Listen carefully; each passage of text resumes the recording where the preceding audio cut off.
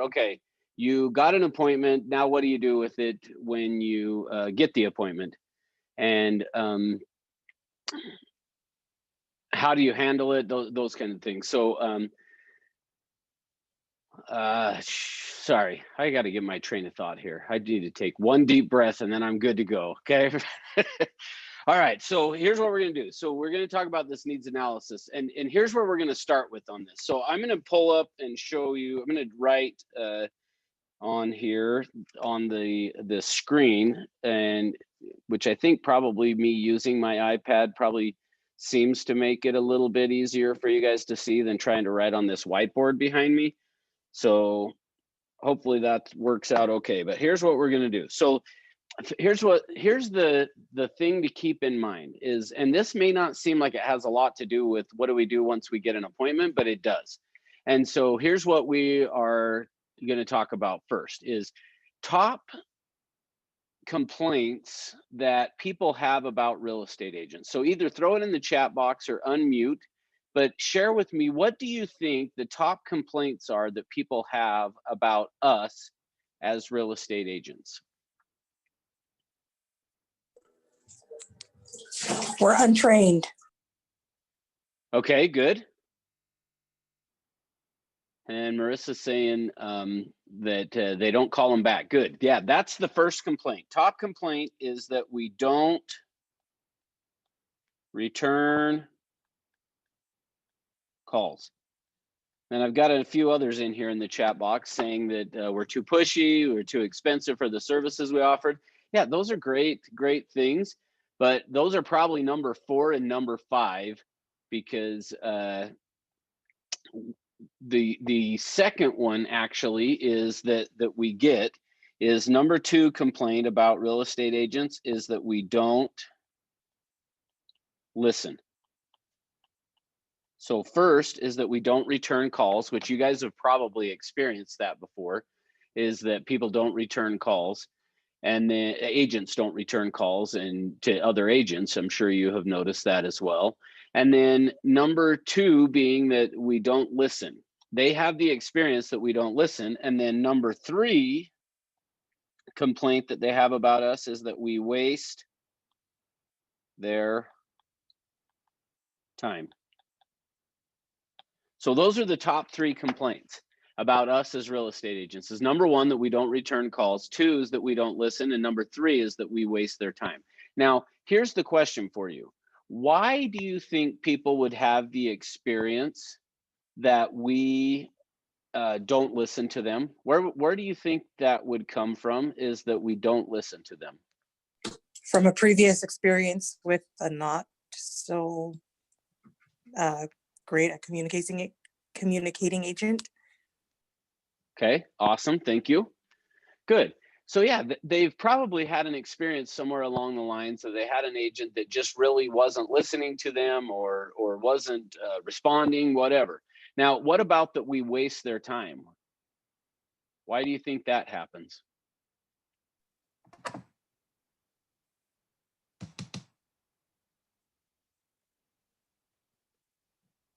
Showing up to an appointment and maybe not really having the showing time confirmed. Okay, good. I like that as well. Good. Yeah, so all of the things you guys are saying are good and right on of things that happen with us as agents. Is, you know, it's interesting because we Sorry, Russ, are. can I? Yeah. I think too, sometimes it's just like word of mouth. Like it's not even a personal experience they had. They just heard it from their neighbor who had a bad experience. And then, you know, like that, the person who has a bad experience, they say like, you have a bad experience, you tell 30 people. You have a good experience, you only tell 5 or whatever the numbers are. But right. So the bad news gets around faster. So a lot of the people didn't even experience it themselves. They just heard it from a friend or a friend of a friend. Perfect. Yeah, right on. That's very good. That's right. That is what tends to happen, is if it's something bad that happens, they share it with tons of people, and good, only just a few. So good. Yeah. Now, so part of what we're going to talk about today is how for you to not have your clients have that experience. And I'm going to show you actually, even as part of what we're going to do today, of where that experience comes from. Now, let me ask you another question. So all of these questions are kind of setups for, and when I say setup, I don't mean that in a bad way, but they are setups for what we are going to be talking about. So here's the next question for you that I have. And then we're going to come back to over today and tomorrow. I'm going to hit on these top 3 complaints that people have about us over and over and over again. But here's the next question for you. Why do people buy anything? There's a need or a want. Good, perfect. That's exactly right. So now keep that in mind. Now, and let me actually say this as part of what we're going to talk about today. So as part of what we're going to talk about today, we work with buyers and sellers, but at the end of the day, really, everyone that you work with, whether it's a seller or a buyer, is buying your services. So keep that in mind, that especially throughout this class today and tomorrow, when I talk about buyers, I'm referring to sellers as well. Sometimes people forget that part of it as I go through this, so I'll try to remind you periodically. But a seller of their house is still buying a service from you. So as we talk about it, and I say, why do people buy anything? And I'm not referring to just about buyers and sellers in that statement, but just in terms of, in general, why do people buy anything? And Marissa said to fulfill a need. And that's really what it is. The only reason we ever buy anything is to fulfill a need. Now, with that in mind, how would you feel if I said, or how would you respond if what I said to you is nobody ever buys anything they don't need? I'd laugh. Okay, so Marissa's laughing. What about the rest of you? Nobody buys anything they don't need. I don't know. Sometimes I buy things I don't need just because I want them. But like a big purchase, like a home, I think would be, yeah, definitely you need it. Okay. So, but I'm saying nobody buys anything that they don't need. So I'm not saying just houses, anything. Yeah, no, not entirely true. Okay. So someone give me an example then of something you have bought that you don't need. I've bought stuff for other people. I didn't need it, but they did. Okay. So my sister's closet. Okay. Your sister's closet full of clothes, I'm assuming, right? Shoes, clothes, bags. Yeah, all of it. Okay. So, but so far you guys are talking about stuff that either other people are bought or you bought for somebody else, but even Luciana saying she bought it for someone else, I would still say you bought it because there was a need to fulfill a need. I buy jewelry all the time that I don't need. I absolutely don't need the jewelry I buy. This is what I'm looking for. Great. So you're saying that you have jewelry that you bought that you don't need? Yes, tons of it. Perfect. Will you bring it to me? Like right now? Well, I mean, tomorrow's fine, but wait, I want in on this too. Maybe it's cute. I probably wouldn't give you my pearls. No. Well, no, yeah, why not? Because I like them. I mean, I think that I have this thing about collecting pearls. Okay, but you don't need them, right? I don't. Great. So bring them and give them to me. I think I wouldn't be able to. Why? Because I spent money on them and I like to wear them when I dress up. But you don't need them. I don't need them. It's just a want. Right. It's just a. Perfect. So give them to me because you don't need them. I still wouldn't. You're what? I still wouldn't.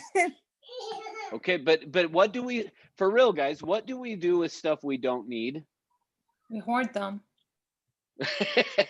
No, I'm not talking about hoarders, but like, because you're correct. Hoarders are going to do that. But we sell them. Okay, maybe we sell them, but typically, what do you do with stuff you really don't need? Throw it away or sell. That's what I do. Typically, you throw it away, right? When you have something you don't need anymore, you just throw it away. You go get rid of it. So, yeah, let's see what Kelly's saying. I guess the point is that there are different levels of kinds of needs. Okay, so good. That's where I'm headed, Kelly. You're right on. So here's the point of where I'm going. Now Luciana referred to it as I want them. But what I'm telling you is when she says I want them, what she's really saying is I need them. Because if she didn't need them, then she would just be willing to go give them to me. See, if you stop and think about stuff that you don't need anymore, you just throw it away or you give it away. You typically, now to some extent, you might sell some stuff when you go, I really don't need it anymore, but you have put some value to it still, or you wouldn't sell it. You would just give it away or throw it away. That's what we do with stuff we don't need anymore. So now let me take you to this point of where I'm headed with this is there are two types of needs, okay?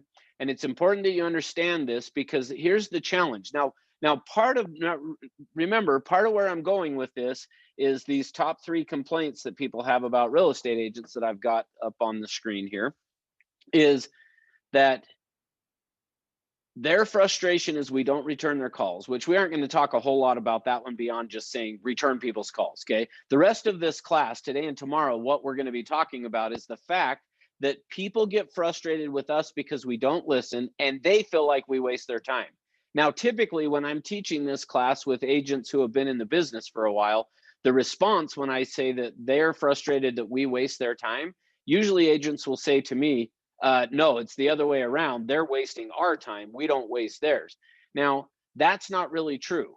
Now, part of where all this comes from is based upon this. And it's important you guys understand this. Nobody buys anything they don't need. So I'm going to keep coming back to that over and over again. Nobody buys anything they don't need. Now, there are 2 types of needs, though. There are real needs. See, when I said to you, nobody buys anything they don't need, you're thinking in terms of real needs. You're thinking of it from the standpoint of food, shelters, clothes, stuff like that, okay? That's what you're thinking of when I say nobody buys anything they don't need. But when I say nobody buys anything they don't need, I'm including the real needs, but I'm also including those perceived needs. And perceived needs are things that are typically happening under the surface. So I'm going to introduce a piece to you here that we'll come back to, but essentially think of it this way. Think of it as if this was your brain, 10% of who you are is conscious, 90% of who you are is unconscious. So when I said to you, nobody buys anything they don't need, what I'm referring to is this piece here of this either at the conscious level or the unconscious level. Well, the problem is what happens with us is when I said that to you guys, you're immediately thinking here at the conscious level, not taking into account this unconscious. Or said another way, we think of when we buy something that we want, or that we would say that is a perceived need, is something that is taking place down here in this 90% area. So nobody buys anything they don't need. But the problem is when I say that, so using the examples that you guys brought up, Luciana talking about jewelry and things, and she's saying, well, I don't really need it. Well, yeah, you're thinking up here at this conscious level, I don't need it. But down here in the unconscious, what I'm telling you is there was a need for that. That when you go and buy anything, it is to fulfill a need that you have. Now, when the problem is when it's buried in the unconscious, we don't recognize it, that it is a need. We think of it as it's a wand, or I don't even know why I went and bought it, or Marissa saying that her sister's got a closet full of clothes. See, that kind of stuff is happening. And what I'm saying to you is there is some type of a need that is creating that to take place.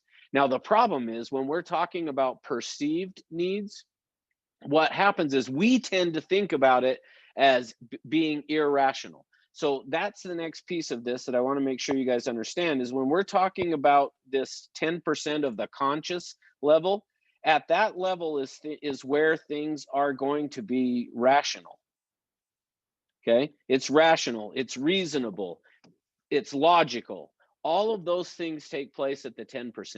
Well, down here in the unconscious part is where things are illogical, it's irrational, or unreasonable. So think of it that way, is that typically when you are looking at somebody that you see that they go and buy stuff and you get frustrated, and maybe you're not frustrated, but you look at it and go, I don't know why you would spend the money on that kind of stuff. It makes zero sense to spend money on things like that.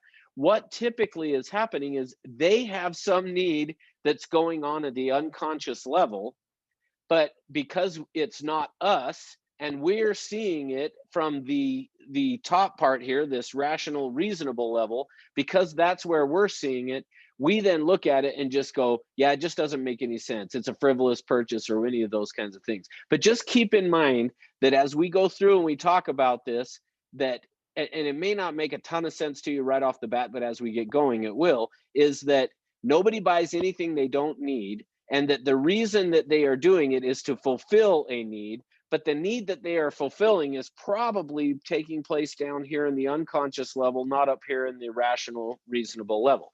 All right, so now with that in mind, the next thing that I want to talk to you guys about is I'm going to give you a scenario that will help you to understand this whole thing of what we're talking about here when I'm saying that they get frustrated. Not, sorry, I'm highlighting the wrong thing, that we don't listen or that we waste their time. So let me give you an example. So now I'm gonna set up a scenario for you guys that I want you to, in fact, actually, let me stop the screen share here. Okay, so I'm gonna give you a scenario that we're gonna talk about for a minute here. And I want you guys to just answer, don't answer from the standpoint of like you think I'm trying to trick you for some reason, or don't answer from the standpoint of you think that there's some ulterior motive, because there is, but there's not, but there is. Okay, so here's the scenario. Okay, so let's assume, remember I said that what we're going to be talking about today in class, today's class is all about, you've gotten an appointment now, what do you do with it? Okay, so let's assume, even though I just said for a minute ago that when we talk in this class about a buyer, we are including sellers in that because they're buying your services. Okay, I'm a buyer of a house though. And so I'm going to be the buyer of a home. And you and I met somehow. Doesn't really matter where we met at. You were prospecting and we met somehow. And as a result of us meeting, you did your job. You scheduled an appointment with me. So we've now set up an appointment for you and I to get together. Okay. I show up to the appointment. And as we sit down, here's what I want you guys to do. Now, don't put this in the chat box, but write down somewhere, because I'm going to come back to this and I will have you put it in the chat box later on, but I'm not going to do it right now. So write down, what are 2 or 3 questions that you would ask me? So I'm going to give you guys a couple of minutes to write this down. Is what are 2 or 3 questions that you would ask me that would help you to know what I want to buy in a home? Okay, so I'm a buyer of a house. We have set an appointment. I've come to your office.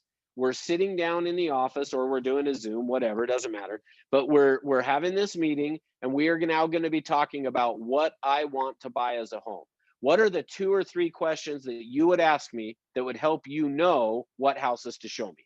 Okay, I'm going to go grab a drink real quick. I'm going to give you guys just 2 minutes to write that down while I do that, and then we'll talk about it.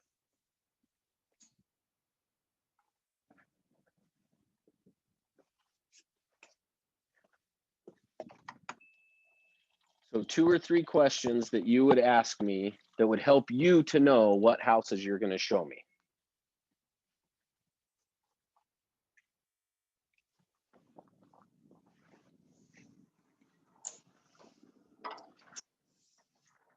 All right, hopefully you have those. And like I said, we'll come back to them shortly and we'll talk about them in just a few minutes. But so let's say that you've asked me those questions now, all right? So you've asked me the questions that are going to help you to know what properties to show me. And here's what I have given you, okay? And then I'm going to have you tell me how you're going to handle this, okay? So in the process, after you've asked me these questions, what I end up telling you is that I want to buy a house, and I want to buy a house that is high on a hill with a view of the city lights. So I'm looking for a home that is high on a hill with a view of the city lights. Now, based upon that, upon me telling you I want to buy a home high on a hill with a view of the city lights, what are you going to show me? And I don't need you to say specific areas, meaning like we've got some people from California on here and we got some from Utah on this as well. So I don't need to know like specific locations, but just in general, what are you going to show me in terms of properties? Something at the top of the mountains with a city view. Okay, good. So that's usually the answer I get. Anybody going to show me anything different than that? You're going to go find homes that are high up on a hill. So even if it's not necessarily on a mountain, maybe, but something that is high enough that I could see views of the city lights. That's pretty much east. Okay, good.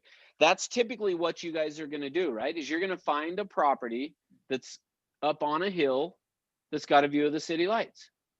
Is there anybody that would not do that? I might do like different views as opposed to just city lights, just view of the mountains, view of just kind of try to get them to open up their perspective a little bit, maybe. Okay, good. All right. So now let's assume that that's the case. So now you go out and show me some houses. Now remember, what we're talking about here is I'm explaining to you guys where this issue, these top 3 complaints that people have, and specifically 2 and 3, that we don't listen and that we waste their time. Here's where this comes from. Now, before I tell you this next piece, answer this for me.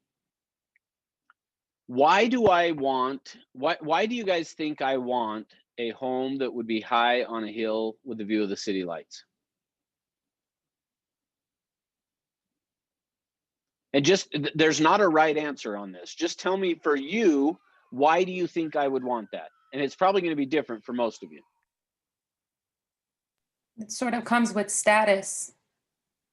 Okay, good. Nagma, did I say it right? If you say close enough, then I didn't do it. Nagma. It's gonna take a lot of practice. I know, I'm horrible. I'm sorry.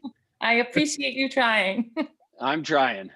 That would be more of a feeling, aspirational type request. Okay, I like it.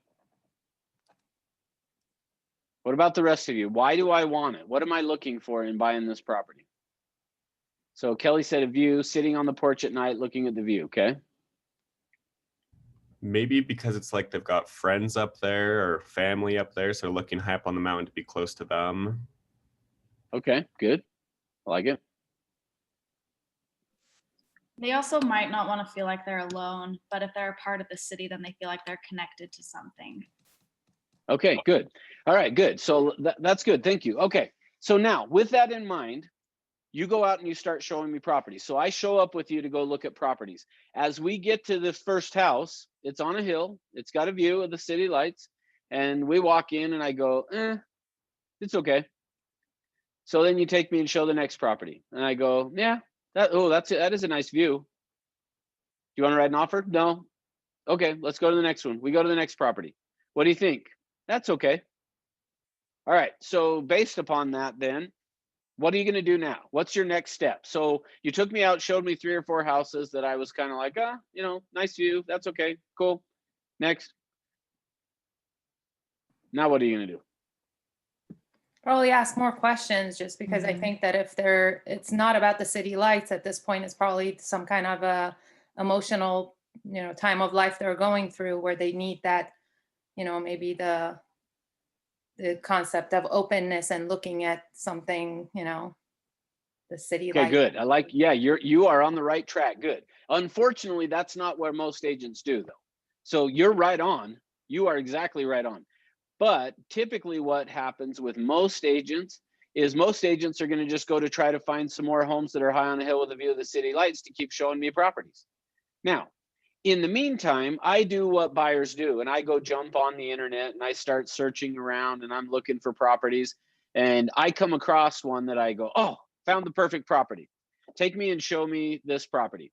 So you now go take me to show me the property, and actually even before that, you jump on the MLS and you pull up the home on the MLS. When you pull it up on the MLS, you notice that it's not high on a hill with a view of the city lights. In fact, it's just the opposite of that. It's down in a canyon surrounded by nothing but trees. So the only view is going to be of trees, just and essentially trees that are right there outside of the property. Typically, now you guys are smarter than the average agent, but what do you think most agents are thinking when they pull that up? When I've said I want a home high on a hill with a view of the city lights, and then you go now and pull up this property that I said I'm interested in taking a look at, that's in a canyon surrounded by nothing but trees. They'll probably be irritated and confused, maybe.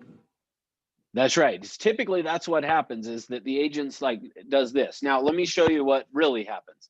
Now, you may or may not have heard this in your career yet, but if not, you're going to hear it. And some of you have probably even already said this before.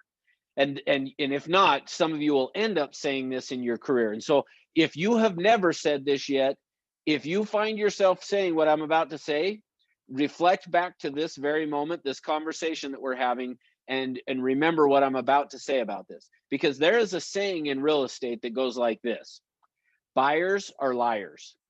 How many of you have either heard that before or said it before? Buyers are liars. I have. Okay. Anyone else?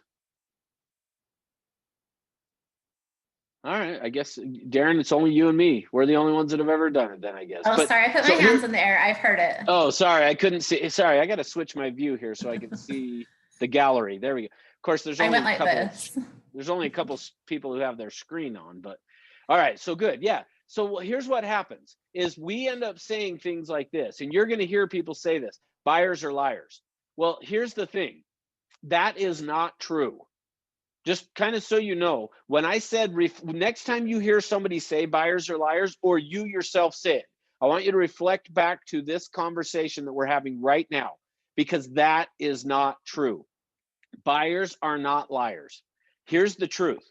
Now, remember, if you guys haven't heard me say this before, you're going to hear me say it a lot, is I have a mantra that just says power comes out of telling the truth. Telling the truth is an active and a constructive process. So power comes out of telling the truth. If you will tell the truth, there's power in that. But the problem is we tend to not take responsibility. And so when I said we say buyers are liars, in essence, what we're doing is we are not taking responsibility for us, and we're blaming it on, well, it's the buyer's fault that I couldn't find them a property. Now, let me just tell you for me, a real life situation for me. And here's where it comes from, is growing up, I had a few friends that had, and you guys that are in California, from my experience, you don't have these type of homes there in California because you have very few homes that have a basement, versus in Utah, we have a lot that have basements. But growing up, I had a few friends that would have homes that were split entry. So for you guys that are in California, split entry is a property that you walk in the front door and there's maybe a, I don't know, 8x8 landing area that when you walk in the front door, and then you immediately either have to go up the stairs to go to the rest of the living space of the house, or you go down the stairs into the basement. Well, that's a split entry. Well, I personally didn't ever like those houses. So no offense if any of you guys have one, but I just didn't like them. Now, so because of that, when it came time for me to talk to people about buying or selling a home, I assumed that nobody else would want to buy one of those houses. So here's another, if you're taking notes, here's another piece that I want you to add to your notes, is our assumptions determine our behaviors. What we assume is going to determine the way that we are going to behave. So my assumption was nobody would want to buy one of those houses because I didn't want to buy one. Now, so here's the other thing we're going to talk about today is, and so here's the question for you actually. Is it okay for us to let someone buy, so remember, we're talking right now for buyers of a house, not sellers, but is it okay to let someone buy the home they want to buy? The one they want, not the one you think they should have? Of course. Yes. Yeah. Now notice though how when I ask that question, every one of you guys is like, well, duh. Yeah, of course we're going to let them buy the house they want. That's your natural response. Yet what I'm telling you is that part of where this idea, remember what we're answering the question of is, why do they have the experience that we don't listen and that we waste their time? Well, where that comes from is this. They tell us what they want in a home, but we assume that they would want the same thing we would want. And so as a result of that, we go out and show them a bunch of trees that are, or houses that are exactly what we would want, the ones we would like. And then we get frustrated when they don't like it. And then when they go and choose something different, what ends up happening is we say buyers are liars. But in reality, so here's my harsh statement for the day. Everything after this, I will be nice. But I'm going to say this for just a minute. When I said to you, power comes out of telling the truth. And when we say buyers are liars, we're not taking responsibility for the fact that we're not good communicators. See, at the end of the day, from today on, when you hear somebody say buyers are liars, or if you say it yourself, just know really what we're saying is, I don't want to take responsibility that I'm a bad communicator. At the end of the day, that's what it really is it's you. We're not a good communicator with that person, and you're not willing to take responsibility that you weren't a good communicator. And so what you say is buyers are liars, because you're turning it, it couldn't be me that was the problem. Uh-oh, I offended somebody. They just dropped off the class. All right. Sorry, no more offense after that. I told you that was the last offending thing I'm going to say. But just know that if when you hear that buyers are liars, it is just really a way of saying I didn't communicate very well, and that is the reason they ended up buying something that I didn't think that they wanted. So now let me come back to our scenario. I said I wanted a home high on a hill with a view of the city lights. I already mentioned as well that you guys were pretty intuitive to recognizing some of and how you would approach it. But most agents, what happens is I say I want a home high on a hill with a view of the city lights. You go out and show me homes that are high on a hill with a view of the city lights, and then I don't buy. So you keep showing me more homes that are high on a hill with a view of the city lights, because that's what I said that I wanted. But now remember, we talked about in the beginning of this, we talked about how there are two parts of our brain. There's the logical and the emotional part. So there's our conscious, probably that's the best way to say it, is there's the conscious part of our brain, and then there's the unconscious part of our brain. Well, so what happens is something like this. So let me actually draw this up here for you so you can see it. So here is your brain. 10% is conscious, 90% is unconscious. So now somebody says to you, and what we're talking about, this applies in every aspect of your life, by the way. This is not just about real estate, but we're using it in terms of real estate. So somebody asks you what you want in a home. Well, what you want is at this level. See, you guys, none of you will be surprised when I say to you, buying a home is an emotional purchase. Every one of you would agree with that, I believe. So for me to now say what they are going to buy is based upon this unconscious level. Well, when somebody asks you what you want to buy in a home, you have to take from the unconscious and put it into the conscious, and then you're going to communicate it out to them. Okay, so hopefully this makes sense what I'm saying. So if I'm the buyer and you ask me the question, what do you want in a home? I've got this emotional purchase thing that I want down here, but I don't know how to communicate that to you at an unconscious level. So I take it from the unconscious and put it into what would make sense. And so as I'm trying to tell you, well, here's the proof of this. Let me pause for a minute. Here's the proof of this. And again, either raise your hand or unmute, although I can only see a few people, but unmute or throw it in the chat box. How many of you have either said or heard somebody say, I don't know how to explain what I'm looking for in a home, but I'll know it when I see it? Okay, I can see Marissa raising her hand. Okay, good. What about the rest of you? The other 10 or so people here. Everybody else. Okay, I've good. had it happen once. That you've either said it or you've had somebody say it to you. Somebody has said it to me. Okay, good. I've had both for sure. Okay, good. So yeah, here's what they're saying. When they say to you, I don't know how to explain it, but I'll know it when I see it. So let's see, Rebecca's saying, I've said that when buying my first house. Yeah, exactly right. So here's what's going on, just so you guys know. They know what they want at an unconscious level. They just don't know how to express it at a conscious level. So when you ask me, what do I want in a home? I have to respond to you. And the only way that I can do it is at this conscious level. So I take what I want and put it up here to this conscious level and then express it by telling you what I want at that conscious level. Well, then here's where this breakdown happens of why people have this experience that we don't listen. Is what then happens is, so this is me, this is you as the agent, okay? So I've told you what I want. I've communicated it now across this line here. You receive it at this level here, the conscious level, but then you interpret what that means into your unconscious or to your 90%, and then you assume that what I said up here at, hang on one sec, what I said here and how you interpreted over here, and then, sorry, the interpretation came down here, is the same. You're assuming that these two are the same, but they're not. They're not the same. You assume that they are, but they're not. So then here's what happens. So I have said, now, so just for a minute, and I already kind of asked you guys this, if I said, what would you want a home on a high on a hill with a view of the city lights? So some of the responses that I got from you guys were prestige, the way it makes you feel, those type of things. Well, here's what I'm telling you. There are about 15 different ways. So let me just write that here.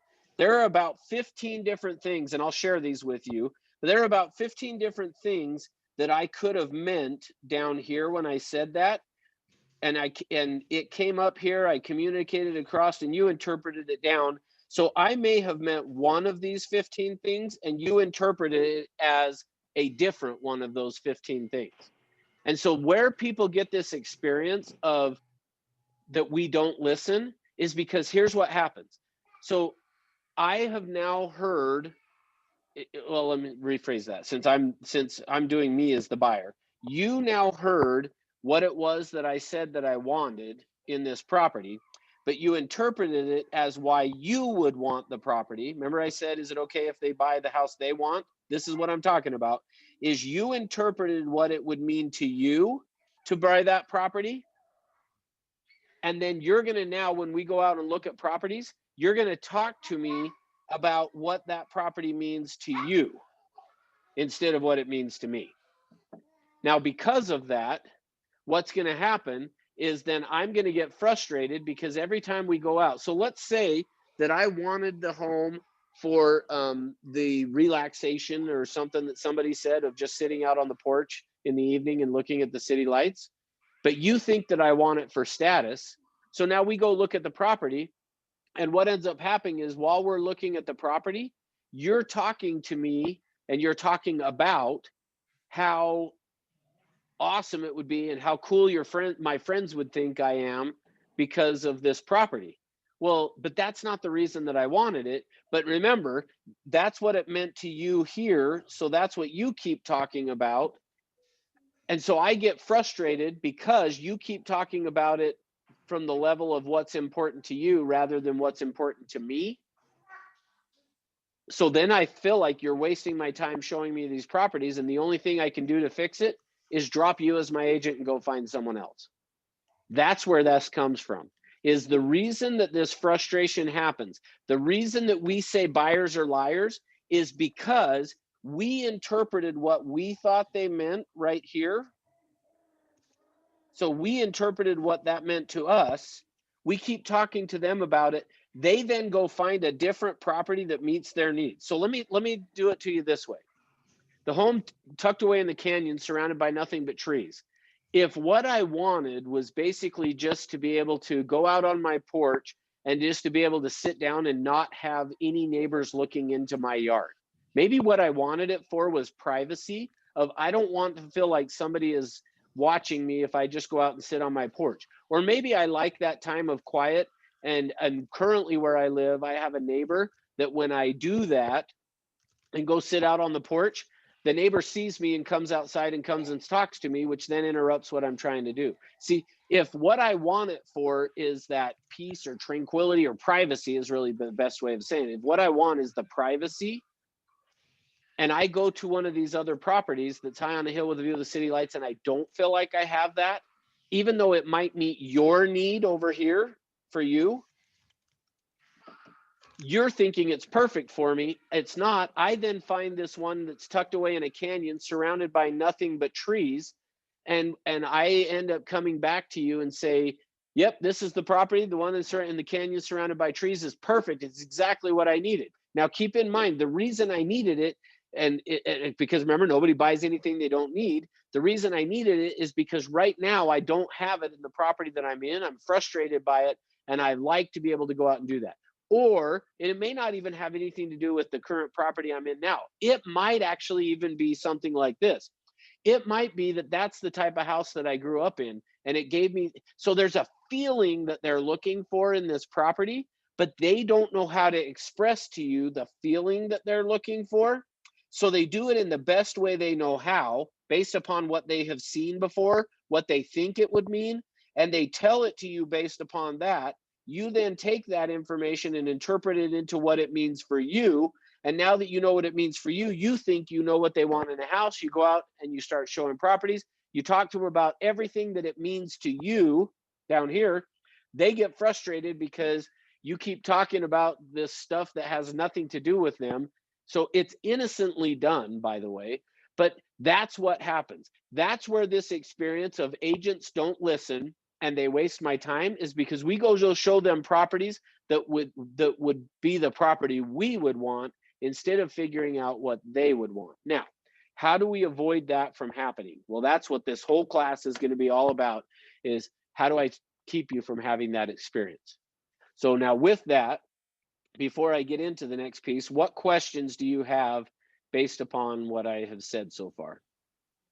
That makes so much sense, because even if you have like new buyers and you're starting to look at what you think they want, you do, like I pulled properties where I'm like, oh my gosh, I love this one, it'll be perfect. And then I'm leaving out a different one. And the one you leave out is the one that they end up wanting. So it makes total sense. Yep. And that's why I started it with, is it okay if we let them buy the house they want to buy? And typically we would laugh at that and be like, well, of course I'm going to let them buy the house they want. But I'm telling you, and the better you can get at figuring out why it's important to them, the better experience they're going to have, and the less houses you're going to have to show them. Okay. All right. So now, next piece of this then. Unless any other questions before I get into the next piece?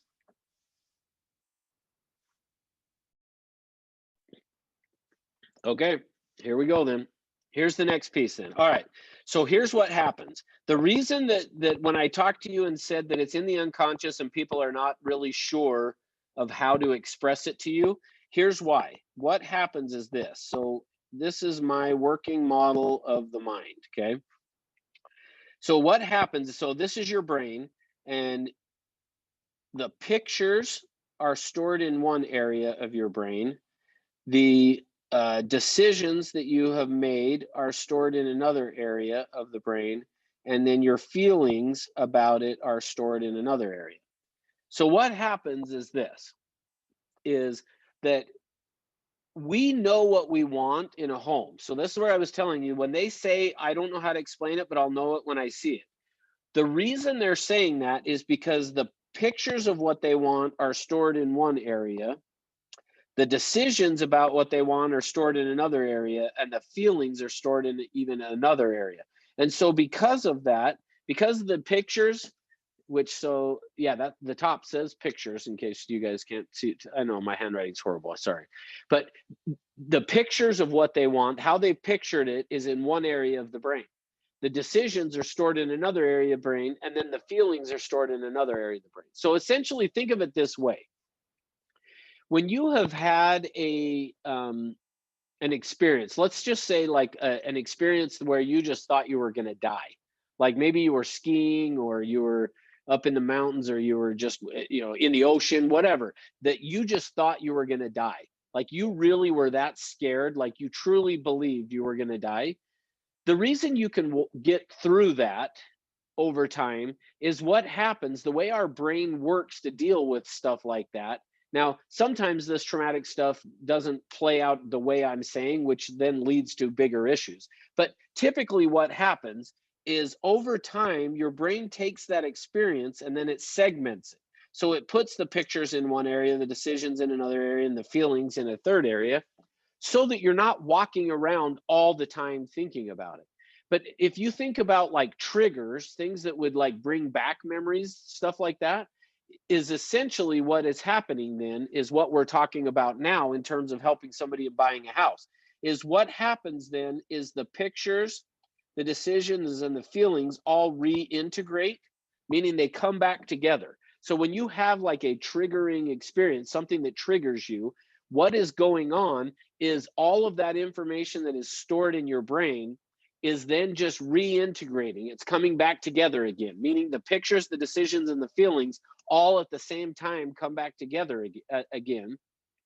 And so when somebody says to you, I'll know it when I see it, what they're telling you is this, that when I see it, that's going to trigger the pictures, the decisions, and the feelings to reintegrate.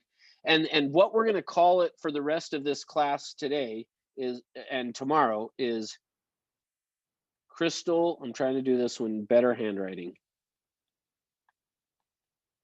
Crystallization. Crystallization is the moment when the pictures, the decisions, and the feelings all come back together, is a term that is called crystallization. Now, where that term crystallization came from actually was a guy that was going to school. He went through medical school, decided he wanted to become a psychiatrist. And so he had moved somewhere, I don't remember where it was now, but from back east out to California and went to school. And I think if I remember right, it was UCLA that he went to school. So he goes to school out at UCLA, finishes, does his residency, gets a job to being a psychiatrist, and buys a house out in California. So he buys his first home. When he buys this first home, he then has this experience that he didn't understand of buying a home.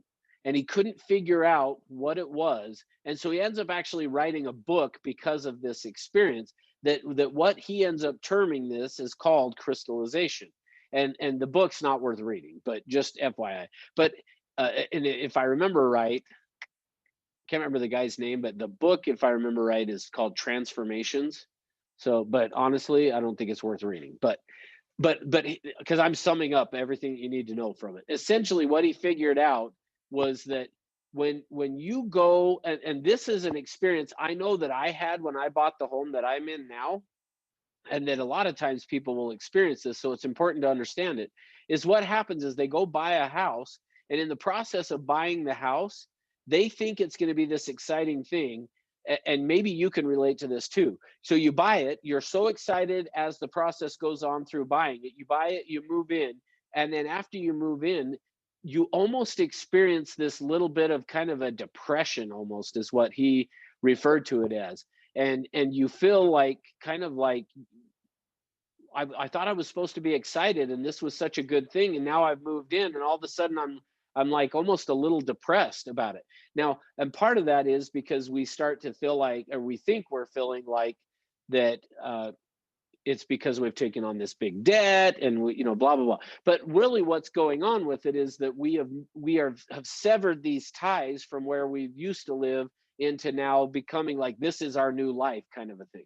Now, that's all of that stuff's not that important. Here's what I want you to understand though. The most important thing for you guys to take out of what we're going to talk about today and tomorrow is this. Nobody buys anything until crystallization has occurred. Nobody is, now this, when I say buys anything, this includes sellers. Again, remember, nobody buys anything. They're not going to buy your services until crystallization has occurred. They're not going to buy the house if it's a buyer of a home until crystallization has occurred. If they're the seller, they're not going to list their home with you until crystallization occurs. Nobody buys anything until crystallization occurs. That goes for the smallest thing as a piece of candy even. You do not buy anything until crystallization occurs. Now, crystallization to buy a piece of candy is going to be much different than buying a house. It's a bigger experience. But just keep in mind, nobody buys anything until crystallization occurs. Now, the whole thing we're going to talk about for the rest of today, and really a lot of today is to set you up for tomorrow. But what we're going to be talking about is how do we cause crystallization? Because nobody buys anything until they crystallize. So how do we go about the process of creating crystallization for somebody so that they will end up then buying? Okay, so that's what we're going to be talking about for the rest of the day. All right, so now before I get into the next piece, let me do a check-in with you guys again. What questions do you have before I go to the next part of this?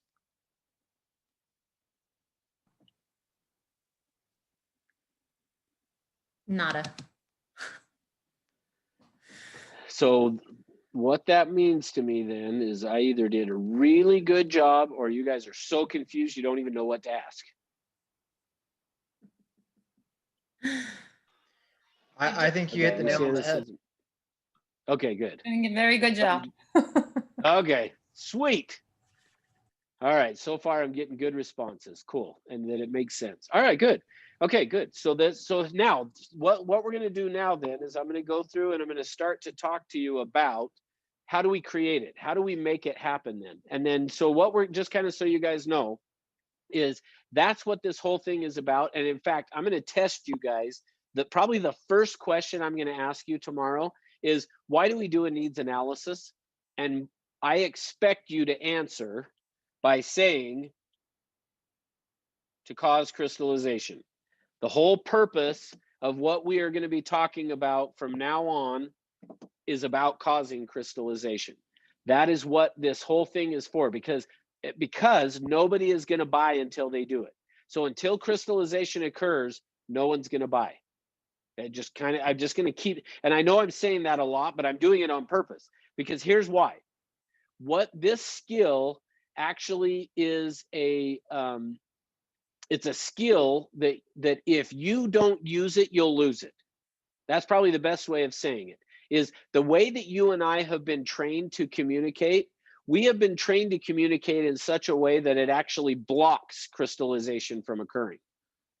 The way that you and I have been trained to communicate actually blocks crystallization from occurring. And let me show you what I mean. The heart of all the classes I teach, there's a couple of them that it's hard not having you here in person to do the demonstration. And usually I always hope there's one person here, Marissa or Courtney, I'm just kidding, but that in person so that I could actually do this demonstration. So I'm just going to have to show it to you. We'll be there on Thursday.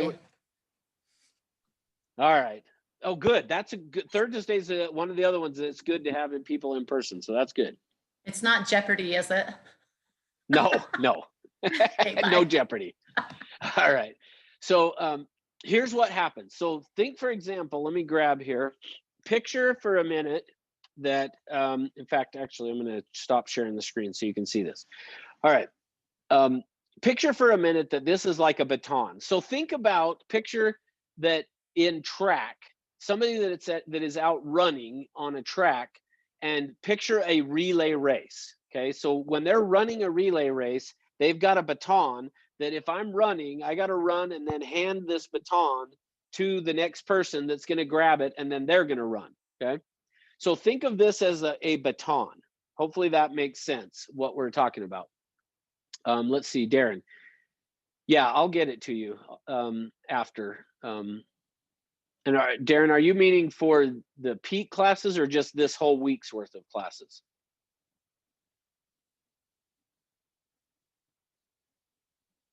The whole week. Oh, okay. Yeah, for sure. I'll get you that. All right. So picture this as a baton. All right. So, and actually, I think for the whole week, Darren, the one that typically comes out, the company just, it is probably my fault, but because I didn't get it to the marketing department until Friday. that it just hasn't been sent is, I think, the biggest issue. But Okay, because yeah, usually I have like, here's the role play link, and so I tried clicking on that this Yeah. morning from last week, and it didn't work, and so I was just kind of, yeah, I'll find out when that's coming out, but it probably is my fault. I usually get it to them on Thursday, and I didn't get it till Friday, but it still should be out anytime. So, thank all you. right. So think of this as the baton. All right. Now, picture this in terms of communication. And this is where, like I said, it's so much easier if somebody is here with me, because what can happen is if they're here, you can watch what happens. So typically what I'll do though is, so just imagine that there's someone here, that what would happen is we would have a conversation. And how I usually do it is, the rules are the only person that can talk is the person holding the baton. And so what I will do is I will say, okay, if they're the agent and I'm the client. In fact, actually, let's do this. Let's do it this way. I asked you guys to write down 2 or 3 questions. Who is willing to interact with me on your 2 or 3 questions? I will. Okay, perfect. Nagme. Did I say it right? Yeah, Nagme. Close enough. Okay, say it one more time for me. Nagme. Nagme. That's pretty good. Okay, I'm getting better. All right. So you're the agent, I'm the client. Okay. So I want you to ask me ask me the first question. Then what we're going to do. So have you got a pen in your hand? Okay, perfect. So here's what you're going to do. You're going to ask me the question, and then you're going to go like this to hand me the baton. I will take it, and then I'm going to talk. So the rule is, the only person who can talk is the one holding the baton. Okay. Does that make sense? Sounds good. Okay, so why are you looking to move? Oh, sorry. Okay, so I just took it. Perfect. So I just took the baton. Okay, so we're looking to move because we want to get a bigger home, and all on one level. Why do you want a bigger home? What is the reason why you want a bigger home? Is your family growing? Are you planning on having more children? Are you planning on, having family come live with you? No more children. I hope anyway. That better not happen. So just my kids are getting older, getting married. I'm assuming they'll start having kids. We just want a different layout in the home and have a space. We do have some people that come and stay with us from time to time, stuff like that. Okay, so what type of things are you trying to do? Yeah, like what are your hobbies? What kind of things are you looking to do in the house? Do you want to, are you thinking of maybe a bigger backyard or more land, or are you thinking about doing things more inside the house? So my wife would say wants more land. I don't really want more land, but so yeah, I mean, she would say we want 1 acre. I actually don't want to I want small. I don't really want hardly any land. And what was the question? Do you want a bigger home actually, or do you want more space to like do things inside the house? Do you want any kind of a for entertainment, or is it more just to have extra room for storage?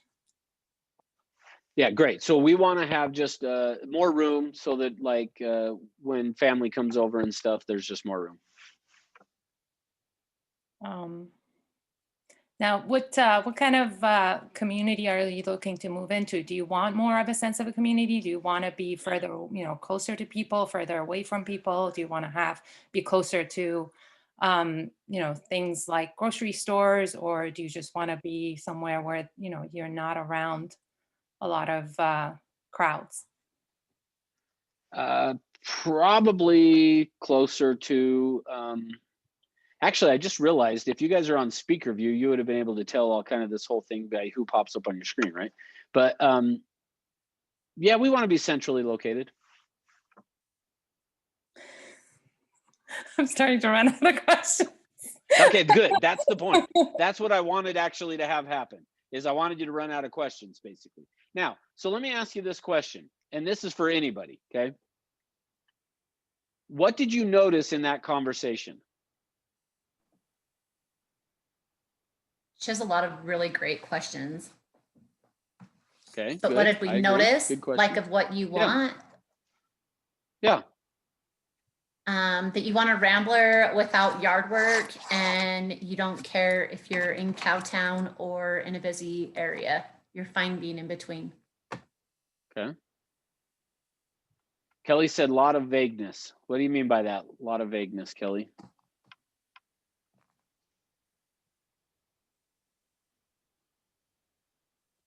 Nothing specific. Okay. Well, let me ask it to you this way. I would have tried to be a little more specific. Like when you said you wanted a larger house, I would have said, how many bedrooms would you like, or are you looking to get a larger house, like a larger kitchen or a larger dining room, or what is it larger that you want about your house? Okay, So, good. so Thank I have a question with that. Would it be appropriate to say something along the lines of walk me through what you're looking for in your next home and just let them do the speaking and then I fill in the gaps as I notice the gaps as they're telling me the story? Is that a better way to do it, or should I go, Good. tell me this? Yeah, nope, that's where we're headed down that road is where we're going. But I first, remember what I said is I first wanted to show you guys how the way that you and I have been trained to communicate, the way we communicate tends to block crystallization. And actually, and I'm not picking on anybody on this, because it doesn't matter who I would have chosen 99 out of 100 times, maybe 999 out of 1,000 times, what's going to happen is very similar to what we just did. Is notice, in fact, let me ask it this way. Who was talking during that exchange? Who talked the most? I feel like it was, sorry, go ahead. I said probably me. Yeah, I feel like with, the success that I've seen for myself and versus the times that I've lost a client, it's usually if I'm talking more, I lose the client. If they're talking more, I win. That's just what I've noticed. But Good. I don't know if That's right. what we're going for. So I'm actually going to That is myself a little bit. So okay. Thinking kind of back at it, I think my goal was really to actually kind of get to know the client more and connect more on an emotional level. But I think I kind of ended up thinking of a script to follow versus actually really just have a conversation. Perfect. That's exactly right. Thank you. Yeah, and like I said, no criticism. I have no criticism of you for that. That is just the way we have all been trained to communicate. And that's what gets in the way. See, what typically happens is this, and when Kelly jumped in and said, I would have asked a few more questions, he still did the same thing. And so again, I'm not picking on you guys, because prior to me learning this, I was the worst at it. So, but typically what we do, and especially if we're nervous at all, is we kick into this mode of we want to give them options.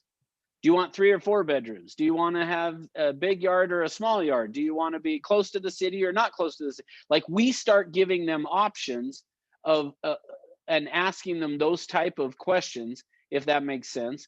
And so as a result of that, they then end up just answering your question rather than telling you what's important to them. So I hope that makes sense, and you'll see it more as we do it. So in fact, actually, let's do it this way.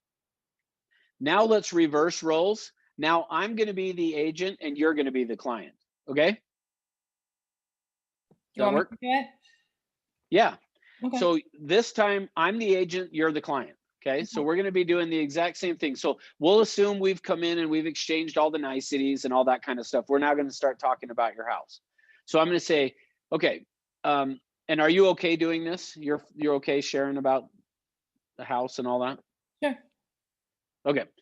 So describe for me, now same thing with this, guys, watch, I'm going to hand the baton off. She'll receive it and hand it back when she's ready to talk. So now watch for the differences. Describe for me your ideal home.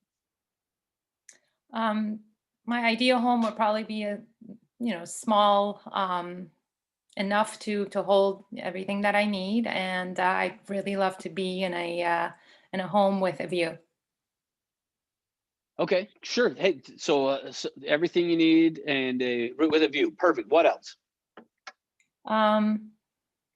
Probably a smaller backyard, just somewhere for me to be able to just go out, to be out in the nature when I need to, where, you know, I do with the view, so I can just look out. And nice kitchen. I'd like to have I like cooking, so I'd like to have a nice kitchen. Close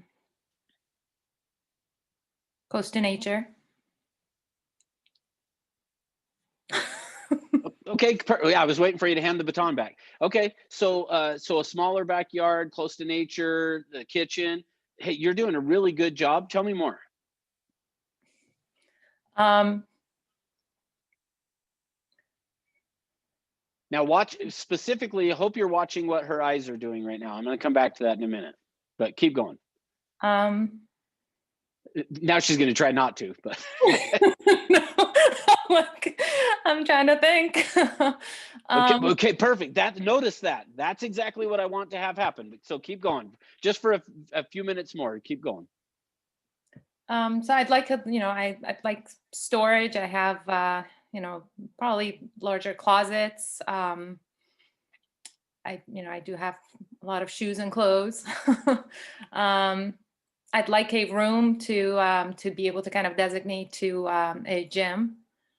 So probably, some kind of an like maybe a great room would be great. Okay, perfect. So a great room, so some space for storage and things like that. I'm getting a really good picture of what you're talking about. What else?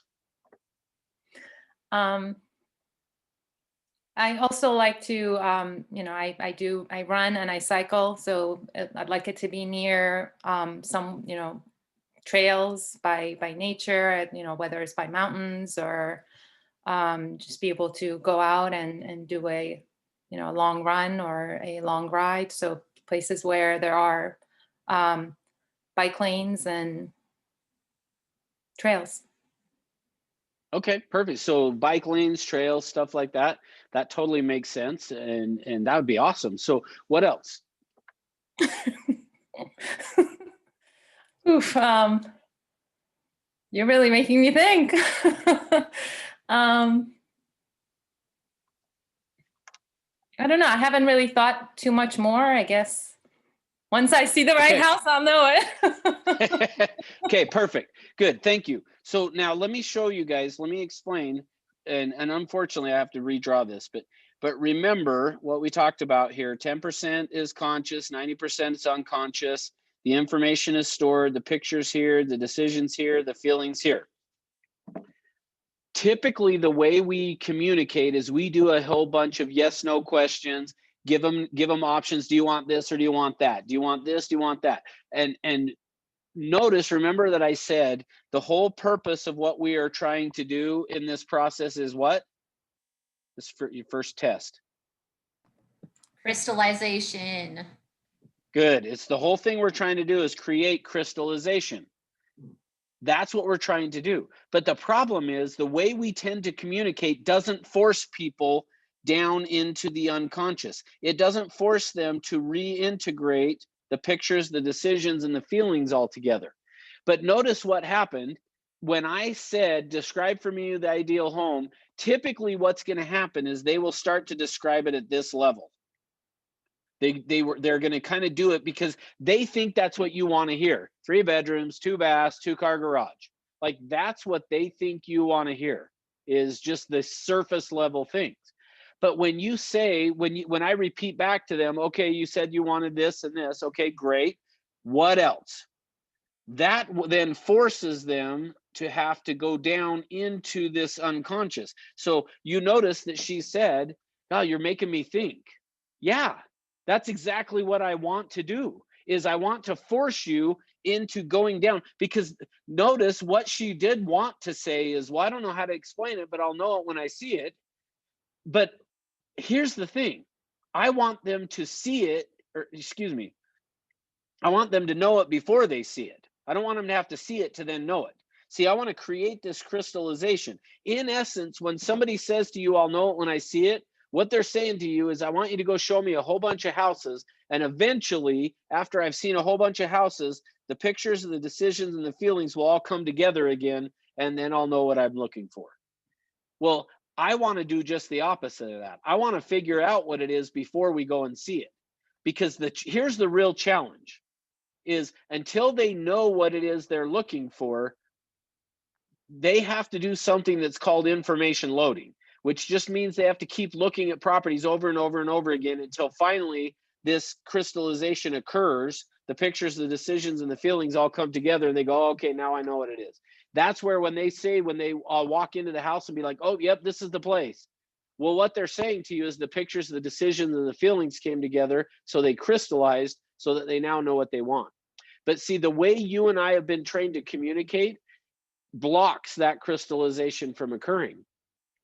And so the way that we do it, the way that we stay out of that trap of me assuming that I know what she wants. See, at the end of the day, that's the problem, is we start asking questions and we start asking these yes, no questions. And what ends up happening is we try to force them into saying what we want them to say. We're trying to get them to say it the way we want them to say it, so that we think we can go out and show them the properties that we want. And that might be a little bit vague in what I'm saying there. But at the end of the day, think of it this way: if you have to keep your assumptions out of the mix. See, typically what will happen, and again, if we were in person, I would have had every one of you guys share with me what your questions were that you had written down. Typically, when I interact with somebody that way, they will end up asking me questions such as, do you want a big kitchen or a smaller kitchen? Or do you want a big yard or a small yard? Well, typically what's going to happen is the questions you ask are usually more about you than they are about me. When we ask questions of, do you want this or that? It's usually because we want something specific with that. Let me give you an example. For me, before I was trained in this, I would have said, okay, tell me what you're looking for in a home. And then they would have said the 3 bedrooms, 2 baths. And I would have said, well, okay, well, what size garage do you want? Do you want a 2-car garage or do you want a 3-car garage? Now, the reason I would have said that is because that's what I want. I want either a 2 or a 3-car. I wouldn't buy a house without a garage. So for me, you'll notice, for you, you'll do the same thing. I'm going to ask questions of them. How many car garage do you want? Well, that's not about them. That's about me. That's about what I would want in a home. Is I wouldn't want a home without a garage. See, if you want a big yard, you're going to always ask people, do you want a big yard or a small yard? So even though you're saying it big or small, you're asking it because, probably this is the better way of saying it. You're asking the question about the yard, big or small, doesn't matter. What matters is you like the yard. And so you assume they like the yard and that they would want a yard as well. So you ask the question of, do you want a big or a small yard? Because the yard is important to you. Now, let me ask you this question. If I ask, do you want a big or a small yard? What if they don't really care about the yard? What are they going to do? They're going to start thinking about whether they want to, they'll actually try to give you an answer, whether they want a small or. That's right. They're going to answer my question. See, remember I told you guys last week, I talked about if you wanted to know what was going on a mile down the road, you're going to ask a giraffe or a turtle. This is the same concept. People are going to respond to your question. So if you ask somebody, do you want a big yard or a small yard?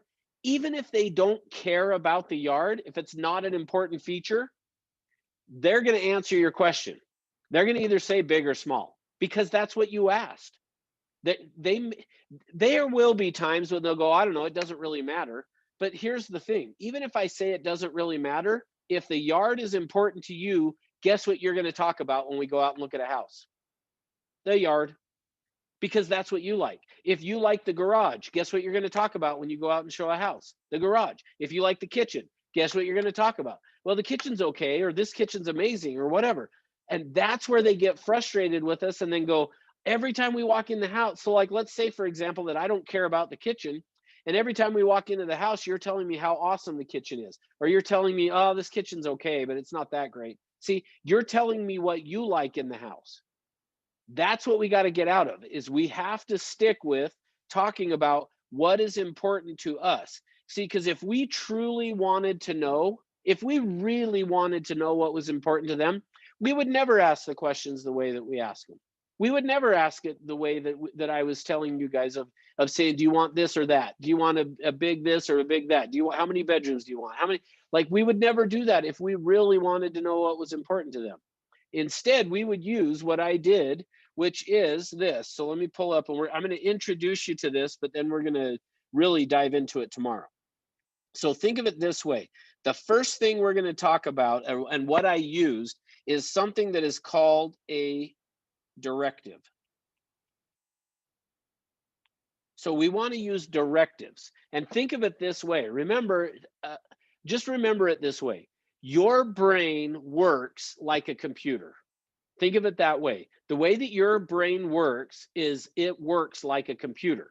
And so because your brain works like a computer, it responds according to the information given. That was the idea before of, do you want to ask a giraffe or a turtle, when I said to you guys last week.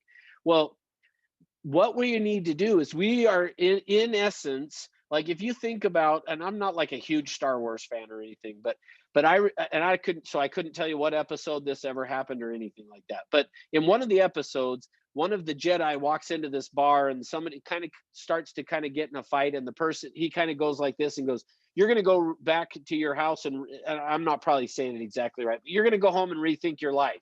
And the guy goes, yeah, I think I'll go home and rethink my life, because it was this Jedi mind trick that he was playing on him. Well, in essence, that's kind of what I'm teaching you guys, if you think about it that way, is this kind of a Jedi mind trick, where to some extent we are going to control their mind. Now, I don't mean that in a bad way. I don't mean it in any weird way either, but just from the standpoint of, I did it to you guys last week when I asked you if you wanted to know what's going on a mile down the road, are you going to ask a giraffe or a turtle? See, I actually was taking control and manipulating, you could say, but I wouldn't call it that, but you guys might call it that I was manipulating you. Well, the difference to me between manipulation and persuasion is your intent. See, if you're intending to take advantage of somebody, that's manipulation. If you want to help them, that's persuasion.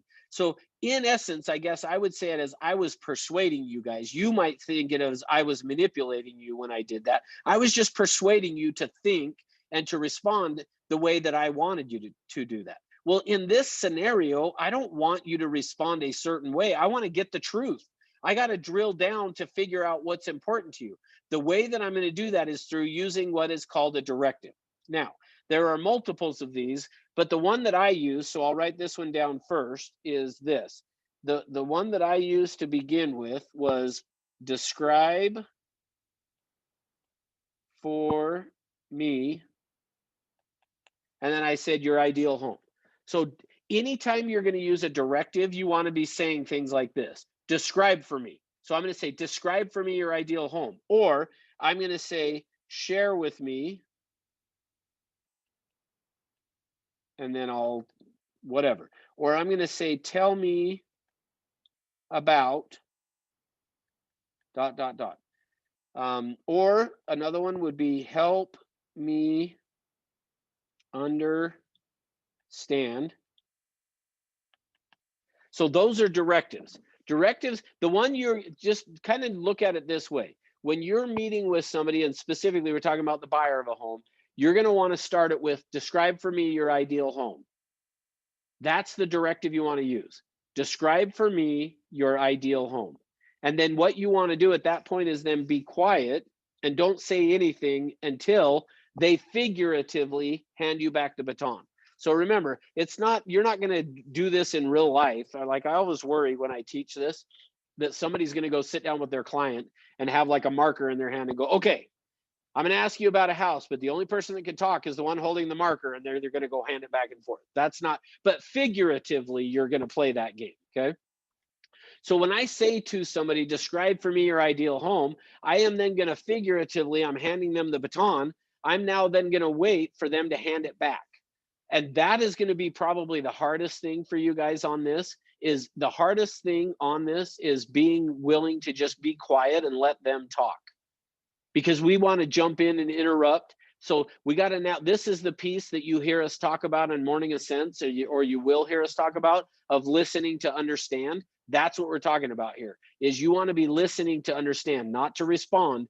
You're listening by saying, describe for me your ideal home. They're then going to start to talk. Now, what's going to happen then along the way is, as they're talking, eventually they are going to figuratively hand the baton back. And it is not uncommon for somebody to do that pretty early on. Meaning, because remember, in fact, I'll just throw this up here again. Remember this, 10% conscious, 90% unconscious. They think you want to know at this level. So when you say to somebody, describe for me your ideal home, they are assuming, because this is the way we have all been trained to communicate, that you want them to respond at this level. But we don't really. We want them to respond down here at this level. Well, the way that we get them to do it is through, we're going to use something that is number 2 here. We're going to use something that is called, oh, sorry, take that back. Scratch that. It's not number 2. This is still part of number 1. Is we're going to use something that is called a prompter, okay? A prompter is going to be what else? Say more. Keep going. Okay, that's how we're going to handle it. So what's going to happen then? So let me just make sure you guys are getting. I'm going to say, describe for me your ideal home. They're going to start to talk about it. Typically, they're going to talk about it again up at this level up here, the 10% level. And the way that I'm going to get them to then to start to drill down into here is by me then using a prompter of saying what else, or say more, keep going. So when they hand me back the baton, so remember, so just let me make sure you get it. Describe for me your ideal home. They say 3 bedrooms, 2 baths, 2-car garage. Then they figuratively hand me the baton.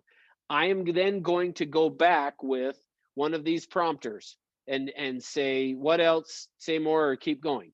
Now, typically what you want to do is repeat back a little bit of what they said. You want to go, okay, so you talked a lot about the kitchen and the backyard. That's great. What else?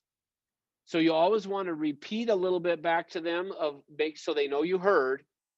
And then you want to just say, that's great, keep going. Or that's exciting. I really like what you're talking about. Tell me more. So yeah, you could throw in a tell me more there too. Sorry, I should probably throw that in as a prompter as well. Tell me more. You can do that as well, okay? So I'm going to then use a prompter and then hand them back the baton because I want to get them talking. And ultimately what I'm trying to do again is getting them to drill down into this 90% where they can now start to take the pictures, the decisions, and the feelings and have them start to reintegrate, because that's going to then create the crystallization. And nobody's going to buy until they crystallize. Your job, in essence, in an appointment with somebody is to get them to crystallize. And this is the process that we are going to go through. All right.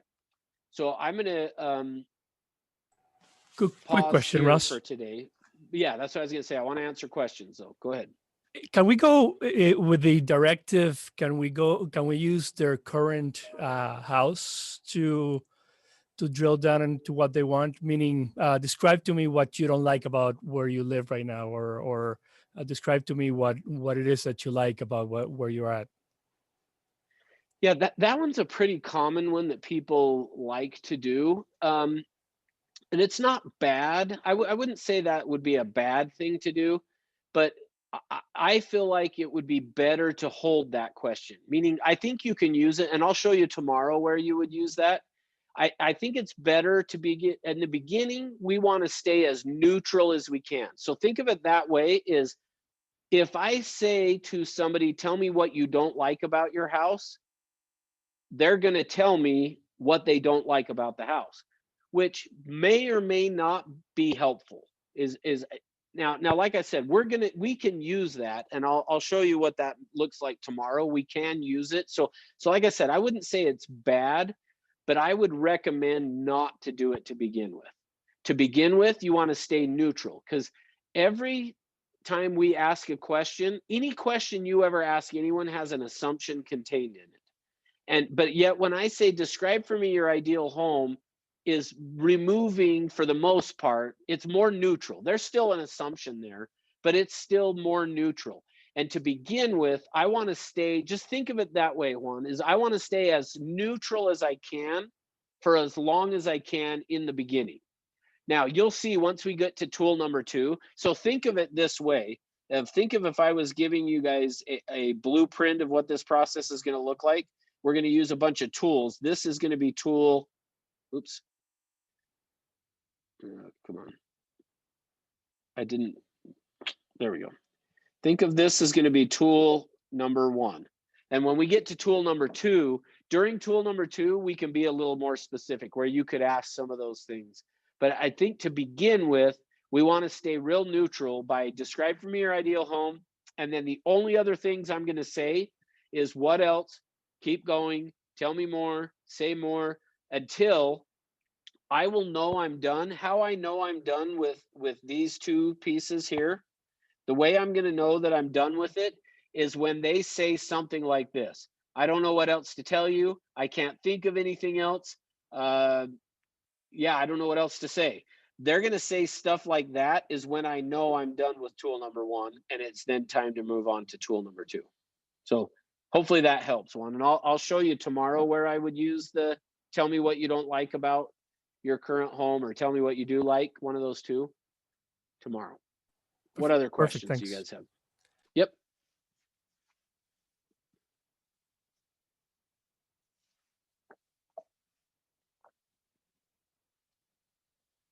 So All right.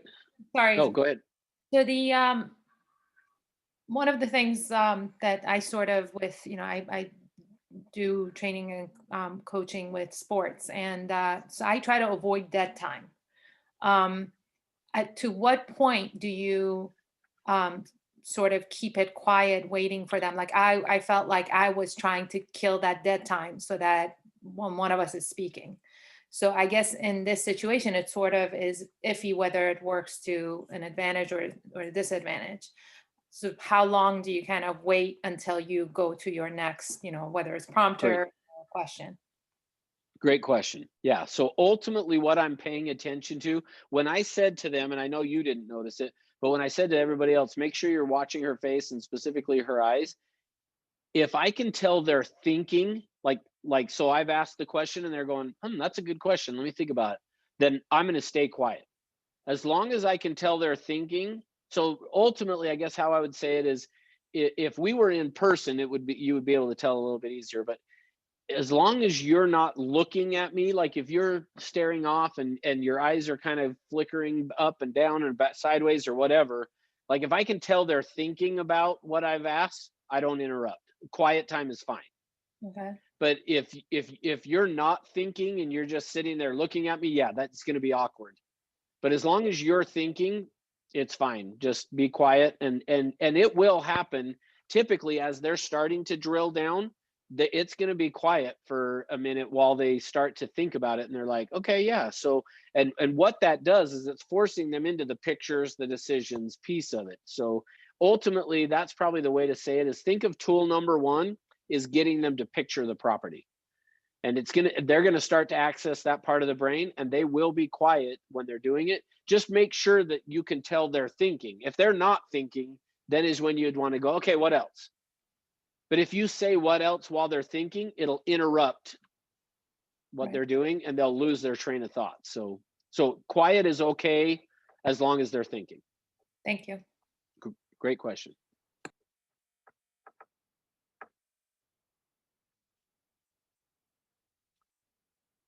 All right, nothing else?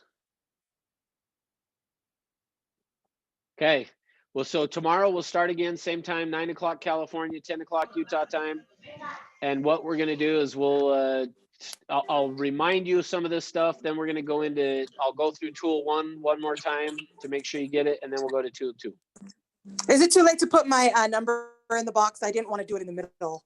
Oh, yeah, and I don't need, actually, for this class, I don't need license number, but just first and last name. Thank you for asking. I need first and last name in there, and office is great too, so. Okay, let me get that in there real quick. Thanks, Russ, and I'll just keep an eye out for the training schedule for the rest of the week for. Okay, yeah, I'll follow up on that too. I really thought it would have been out already, but like I said, probably my fault that it's not, so. No worries, thank you. Hey, guys, have a good day. Thanks. Have a good day. Thanks. We'll Have a great see you day. tomorrow. You too, bye.